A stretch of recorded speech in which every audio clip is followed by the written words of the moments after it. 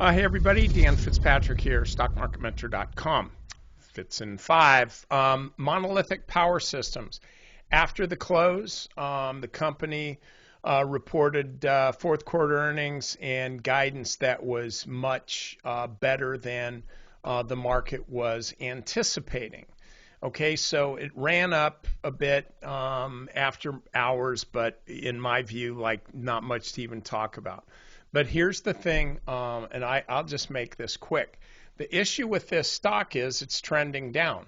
It's below both key moving averages. 50-day moving average is dropping, nice little ski slope, and this thing is up in what they call a bearish wedge. Now, back to that in a moment.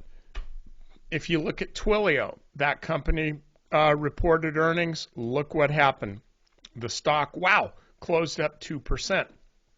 Problem is, it opened up about 11%, a little over 11%. So from the open, the stock actually closed down 10%. So the point is, it's real simple.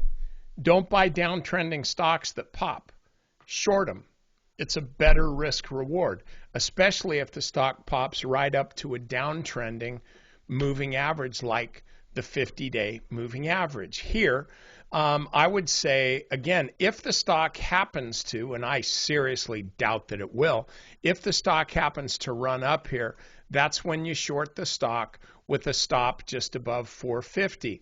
On the other hand, if the stock falls out of this level here and starts to run down, that's when you short the stock right about here with your stop right up there. So I look at these types of things and I see infinitely shortable stocks. You just want to get them on the rebound, because if you short them too late, you're going to get killed in the snapback. It's just going to rip your face off. So anyway, now members, I go into a lot of detail on some coal stocks, some shipping stocks, some select metals, but basically it's coal and shippers that I think are working the best. So we're going to go into a lot of those today. All right, everybody, have a good evening. I'll see you mañana.